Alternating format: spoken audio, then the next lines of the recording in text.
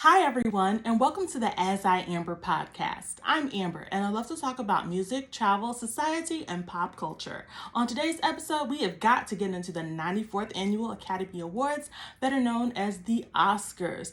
Woo, child. So, where do we begin? I want to start off by giving a shout out to Beyonce Giselle Knowles Carter for her performance.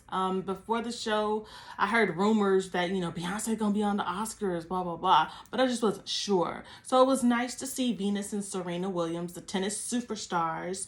They did the movie King Richard. They were producers of the movie about their life and their dad's life, Mr. Richard Williams's life.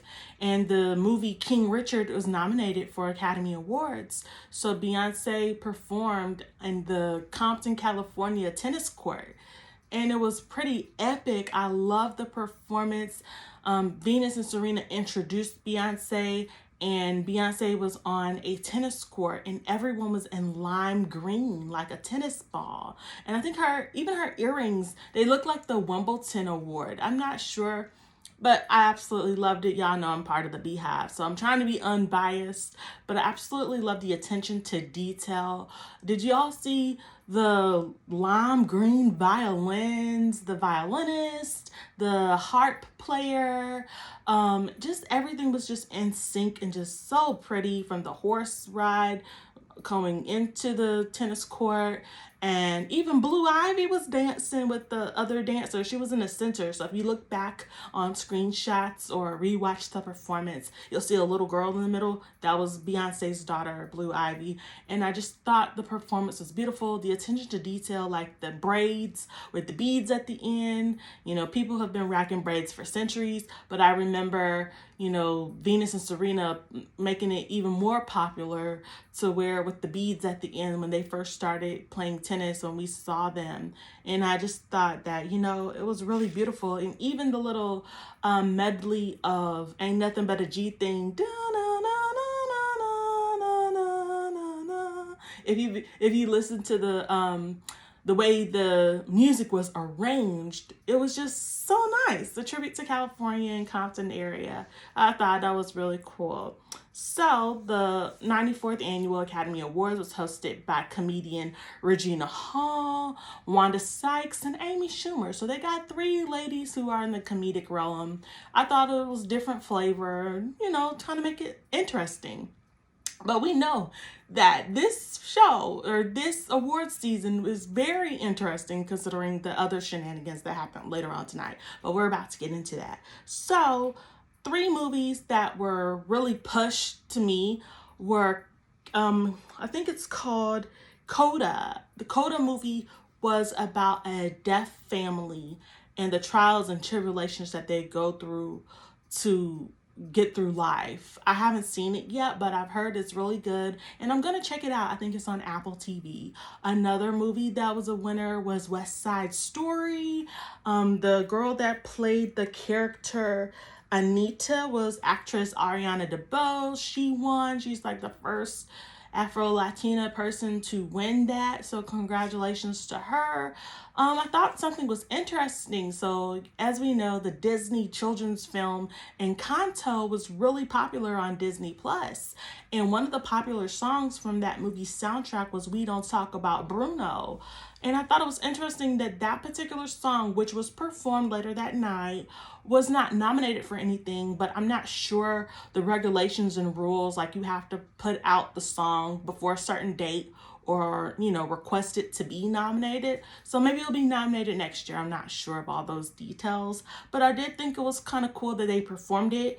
But it was interesting to see Megan Thee Stallion perform on Encanto's We Don't Talk About Bruno, because Encanto is a children's movie. And when I think of Megan Thee Stallion, I think about grown people, college age people, not children. So their choice to incorporate her was interesting. Because, Megan's songs are kind of X-rated, the unedited versions. So I love you, Megan, but I just thought it was weird for a children's movie to have an adult rapper, kind of, you know what I'm saying? But it was still good to me. I thought that if they would have picked a rapper, it would have been someone like Cardi B. And the only reason why I say Cardi B is because she is of Afro-Latina descent, and the movie Encanto is about a Colombian Spanish-speaking family, Latina family, and I just thought it was, it got views, it got viewership. So I understand people thinking that that was, a cool thing to do because we are talking about it right now and it was the more popular song of the night. So after all those things happened, the movie 007, James Bond, it's the 60th anniversary, and Billie Eilish, she sang one of the soundtracks for the upcoming James Bond film that's about to come out. And I thought she did excellent. I didn't know she could sing like that. She was giving me Evanescence vibes. Like, I really liked her voice, and the song fit her. And she actually won something later on that night. So congratulations to Billie Eilish. Speaking of things, we're going to get into it. So I was like, I've seen everything I wanted, but not the category that I want to see yet, which was the category that Will Smith was in for King Richard. So we see comedian Chris Rock come out on stage.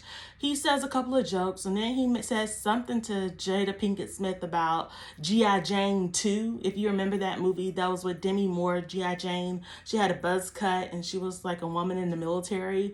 And I didn't know what he was getting at, but I just didn't really care for it. The joke wasn't that funny to me. And we obviously know, if you've living under a rock, Will Smith did not like the joke that Chris Rock said about his wife Jada. So he walked up on stage and slapped Chris Rock.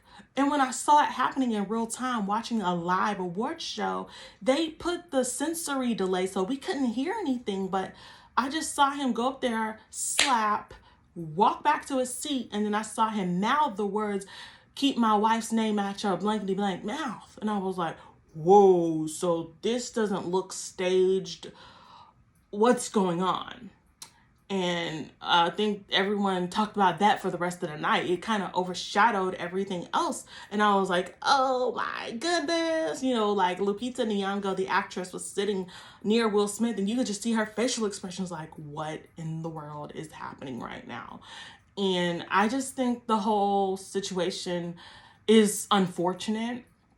I see things from different perspectives. So I'm not saying anybody is justified for doing so. Because I think you should keep your hands to yourself. It showed a lot about both men's character. The fact that Chris Rock is a comedian, we know it's his job to tell a joke. But did he know about Jada Pinkett having a condition where her hair falls out, a medical condition called alopecia, I believe? And to make fun, a black man making fun of a black woman's appearance, especially her hair, I didn't care for that, considering Chris Rock had a whole documentary called Good Hair about 12 years ago, documenting, black women in our attachment, in our cultural issues tied with hair care. And I just felt like, why did you as a black man have to say something to a black woman about her hair when that's a sensitive subject? I don't know if he knew she has alopecia, but even if she didn't, it just didn't sit well with me. And it didn't sit well with me that Will Smith was able to just hop up on stage and slap him. Like, I know you didn't like what was said. I'm not justifying anything, because people do get reckless at the mouth sometimes. There's been plenty of times where people have said things to me or to other people that I didn't care for, but I know in the real world that we live in, I can't just walk up on people because I don't like what they said and slap or punch them without, charges being filed, court, we're not in elementary school where people go to the principal's office. Like, this is real life. People got guns. People got hands. And if you want to throw hands first, I'm going to finish it. It showed a lot about both men. And I know he was defending his wife, but I'm like, you're mad because he said something about her hair, which was disrespectful. But you didn't hit August Alsina. Would you have I wonder if Will Smith would have went on stage if The Rock or someone who was bigger said that about his wife. And it showed me a lot about Chris Rock, that he just kind of went along and he didn't punch or hit him back. That takes a lot of restraint for a grown adult to come up on you, slap you, and you not do anything about it. It showed a lot of restraint and maturity to some extent, but I don't really care for Chris Rock, but I was just shocked because, Will Smith has this good boy image, and West Philadelphia, born and raised, came out. He was channeling his inner Ali. He's going through a lot, and I think it's deeper than what we know. I don't know what's going on behind the scenes, but I just so happened to be reading Will Smith's autobiography or listening to it on Audible, and he just went through a lot growing up, seeing his mother be verbally and physically abused. And I think that triggered him when someone was talking bad about his wife. It's just unfortunate. I'm still glad that he won for the King Richard movie that he played Richard Williams in, because it was a phenomenal movie on HBO Max. And I just think that the incident kind of overshadowed, the good parts of the night. I'm glad he won because he deserved it. And I don't know, will the Academy take his award away? I don't know, because he put hands on someone. And as of now, Chris Rock has not pressed charges. But even if this was the BET Awards or the Oscars, I'm still cringing. It was a cringeworthy moment, and I'm not justifying anyone. I see things from both sides. It's just unfortunate that it happened in general. I don't like to see people physically, mentally, or emotionally abused. And child, it's a lot. But the awards show was interesting and unforgettable. I think people won't ever forget this Academy Awards. And I actually liked the music direction that they took that night. If you notice, DJ Khaled introduced the three hosts, Amy Schumer, Wanda Sykes, and Regina Hall. And I also like that they had Adam Blackstone, Sheila E., Travis Barker from Blink-182, as well as Robert Glasper on the keys. It was just really nice to see those four musicians be a part of the Academy Awards, and DJ D Nice, he was the DJ for the night. So it was quite interesting to see a little bit more diversity. It did make it more flavorful, because I was going to change the channel after my girl Beyonce performed, but I stayed watching longer, and it was quite an interesting award show. So that was the Academy Awards. In the meantime, I have been reading Yvonne Orji's book, Bamboozled by Jesus. If you don't know who Yvonne Orji is, she's an actress and comedian. You probably know her best as Molly on the show Insecure on HBO. And so far, it's okay. I'm still reading it. I happen to have met Yvonne Orji like 4 or 5 years ago at Afropunk in Atlanta, and she was really nice and personable. So I'm happy for her to see her rise and trajectory. Other than that, I've been watching or trying to binge watch Atlanta on FX, starring Childish Gambino or Donald Glover, whichever name you go by. But it's been quite interesting to watch Atlanta. It's about a guy, and he's helping his cousin who's an up-and-coming rapper, and the shenanigans that they get into. And another show that I'm catching up on is Fresh Prince, or Bel-Air, the reimagining of the Fresh Prince of Bel-Air on Peacock, which is pretty good. It's the more dramatized version of the 90s sitcom with a new cast, and it's really good. It's like an hour-long dramedy now. Another show is Abbott Elementary, starring Quinta Brunson. So it's about an inner city predominantly black and Latino school, black and brown kids going through, teachers, shout out to you, teachers, administrators, principals, what you all deal with working at schools that are underfunded, overcrowded, and things of that nature. So shout out to the teachers listening. In the meantime, in between time, I've just been catching up on just reading, writing, and being a nerd. So thank you all so much for listening to the As I Amber podcast. As you know, you can follow me on Twitter and Instagram at As I Amber. Leave a like, comment, share, review. Thank you for listening. Good afternoon or good night. Bye.